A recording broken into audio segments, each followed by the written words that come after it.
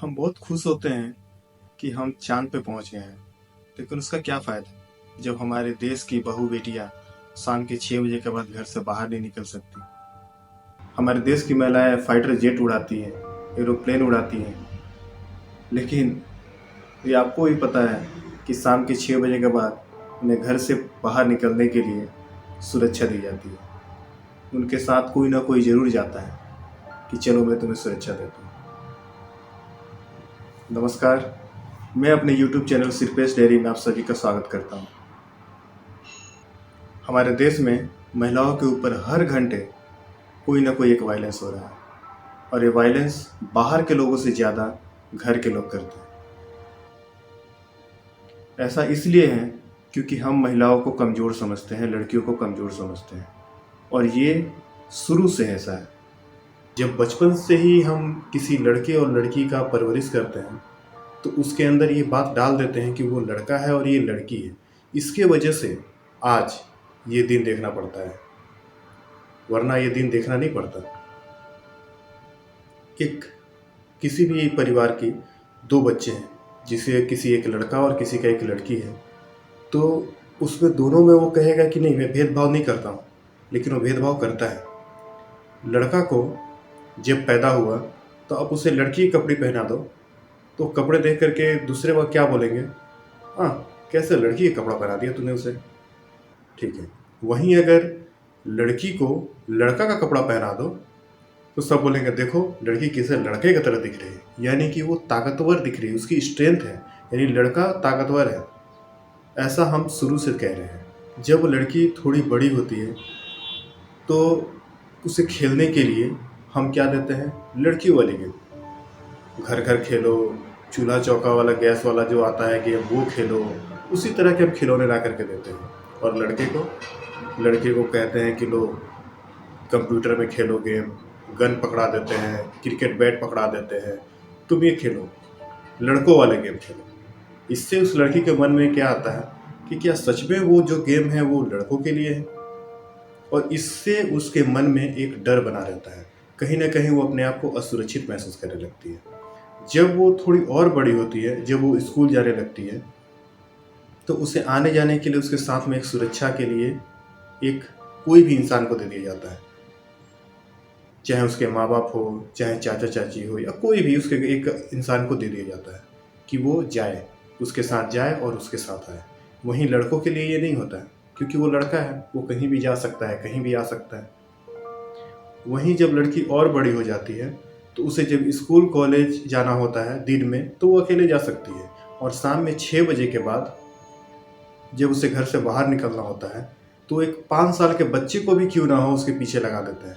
हालांकि वो 5 साल का बच्चा उसके लिए कुछ नहीं कर सकता, ये बात आपको ही पता है। अगर उसके ऊपर कोई थ्रेट हो तो 5 साल का बच्चा कुछ नहीं कर सकता है, बिल्कुल कुछ नहीं कर सकता। लेकिन फिर भी उस बच्चे को उसके लिए लगा दिया जाता है कि तुम उसके साथ जाओ उसकी सुरक्षा के लिए। इससे उस लड़के के मन में जब वो धीरे धीरे बड़ा होता है तो अपने आप को ताकतवर महसूस करता है कि मैं अपनी बहन को, अपनी फूआ को, अपनी चाची को, अपनी माँ को, किसी को भी सुरक्षा दे रहा हूँ। और इसके लिए वो चौक चौराहे नुक्कड़ पर बैठ करके अड्डेबाजी करना शुरू करता है, और अपनी घर की औरतों को छोड़ के बाकी सभी घर की महिलाओं को वो समझता है कि वो कमज़ोर है। अपने घर के भी औरतों को समझता है कि वो कमज़ोर है। इसके ऊपर भी मैं बात करूंगा आपसे। कमज़ोर समझता है, और इसके वजह से हमारे देश में आए दिन रेप केसेस होते हैं, क्योंकि वो सामने वाले को कमज़ोर समझता है। और जब तक कमज़ोर समझते रहेंगे तब तक इस तरह की घटना होती रहेगी, उनके मन में डर नहीं है। उसके बाद लड़के क्या करते हैं कि कहीं जॉब करते हैं। जॉब करने के बाद आप सोचिए कि वो एक जहाँ पे महिला बॉस हो, एक लड़की अगर वहाँ पे बॉस है तो उसकी गाली सुन सकते हैं। कोई कलीग्स है, उसके साथ किसी बात पे कहा सुनी हो जाए तो उसकी बात सुन सकते हैं। रास्ते में अगर आ रहे हैं, गलती से उनसे कुछ मिस्टेक हो जाए और कोई महिला या कोई लड़की अगर उसे कुछ कह दे तो वो बात सुन सकते हैं। लेकिन वही लड़का अगर जब अपने घर पे आता है, उसके घर में उसकी माँ, दादी, चाचा, चाची, उसकी बीवी, उसकी बहन अगर कुछ कहते हैं तो उसे सुनने में ख़राब लगता है, तकलीफ़ लगता है। क्या करता है, जो अपने से कमज़ोर होता है, यानी कि अपनी छोटी बहन, अपनी बीवी के ऊपर हाथ उठाता है, अकॉर्डिंग टू न्यूज, मैंने जितने भी रिसर्चेज किए हैं अभी तक में ये पता चला है कि हर घंटे किसी भी महिला के ऊपर एक वायलेंस हो रहा है, चाहे वो वायलेंस किसी भी तरह का हो, फिजिकल वायलेंस हो, मेंटली हरासमेंट हो, मनी हरासमेंट हो, किसी भी तरह का हो, वो होता रहता है। और ये क्या है, ये मैनिपुलेट है। जैसे कि आज किसी महिला के साथ फिजिकल वायलेंस किया गया और कल उसे वो समझाएंगे कि नहीं, ये मैंने जो भी किया तुम्हारे लिए ही किया है, ये तुम्हारे लिए सही है। यानी कि उसे मैनिपुलेट किया जा रहा है कि मैंने जो भी किया तुम्हारे लिए वो सही किया। फिर वो औरत या वो लड़की मैनिपुलेट हो जाएगी, फिर कुछ दिन तक रिलेशन सही चलेगा, फिर उसके बाद उसे मैनिपुलेट किया जाएगा, फिर उसके साथ मारा पीटा जाएगा, फिर उसे मैनिपुलेट किया जाएगा, समझाया जाएगा। इस तरह ये जीवन चक्र जो है चलता रहेगा। लेकिन मेरा सवाल अभी भी वहीं अटका हुआ है कि क्या वाकई हमारे देश की महिलाएं कमज़ोर हैं जो इस तरीक़ा का व्यवहार उनके साथ किया जाता है। हमारे देश में आज भी 48% महिलाएं हैं और हमने तो कई लाख लड़कियों को पैदा होने से ही पहले मार दिया। इसमें हम सभी की गलती है, हमने उन्हें दुनिया में आने ही नहीं दिया। और कोई भी देश जब वो आगे बढ़ना चाहता है तो अपनी 48% पॉपुलेशन को साइड में रख कर सिर्फ 52% पॉपुलेशन को आगे लेकर के नहीं चल सकता। किसी भी देश को, किसी भी ऑर्गेनाइजेशन को आगे बढ़ने के लिए उसे अपने समान इक्वल तरीके से जेंट्स एंड लेडीज़ को मिला करके चलना पड़ता है, तभी वो देश आगे बढ़ता है। हम क्या करते हैं, अपनी बहन की, अपनी बेटी की शादी करने के लिए अपनी प्रॉपर्टी का 5% हिस्सा उसके शादी में खर्च कर देते हैं और दे देते हैं। आपको पता है यहाँ पर एक नियम है कि किसी भी अगर पेरेंट्स के 2 बच्चे हैं, चाहे वो लड़का हो या लड़की हो, तो अपना प्रॉपर्टी का हिस्सा बराबर बराबर हिस्सों में बांट करके जितना लड़का का हुआ उतना लड़की का होना चाहिए। लेकिन हम क्या करते हैं, ऐसा नहीं करते हैं। वो लड़की है, वो कैसे ले सकती है? वो नहीं ले सकती है। ये लड़का है, लड़के पे 95% जो प्रॉपर्टी का हिस्सा होता है उस पर हमारा कुल का दीपक, हमारा राजा बेटा अधिकार करता है और वो अपने आप को राजा महसूस करता है। और हमारी देश की लड़की है जो 5% दहेज के नाम पर उन्हें लॉलीपॉप दिया जाता है कि लो ये तुम्हारे लिए मैंने किया है, जबकि उससे वो कुछ भी नहीं कर सकती है। ना वो दहेज के पैसे से अपने लिए कुछ सामान खरीद सकती है।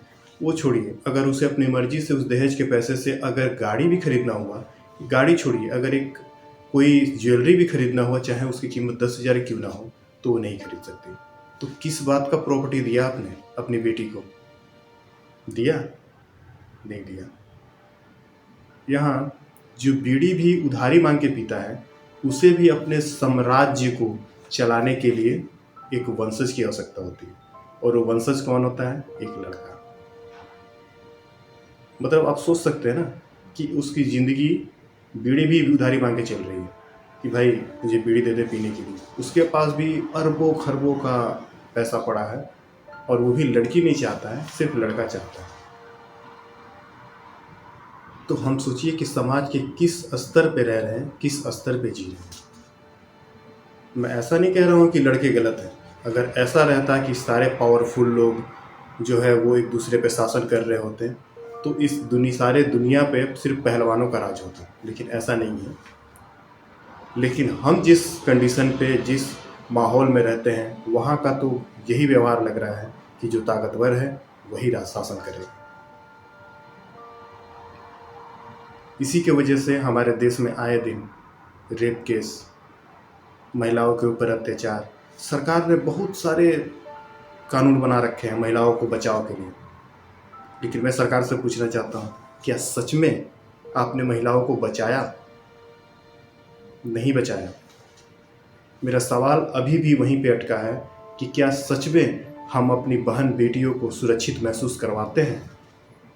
जो लोग मेरी इस वीडियो को देख रहे हैं वो घर जा कर के अपनी बहन, अपनी बेटी, अपनी माँ से ज़रूर पूछिएगा कि क्या माँ तुम अकेले अपने आप को सुरक्षित महसूस करती हो? आपको जवाब मिलेगा नहीं। आजकल की जनरेशन में हम अपनी सुरक्षा, अपनी आज़ादी को कहीं ना कहीं खोते जा रहे हैं। वीडियो अच्छी लगी हो तो हमारे चैनल को सब्सक्राइब करना ना भूलें। साथ ही बेल आइकन को जरूर दबाएं ताकि आने वाली इस तरह की हर नई वीडियो की अपडेट आप तक आसानी से पहुंच सके। मिलते हैं अगले वीडियो में, तब तक के लिए नमस्कार।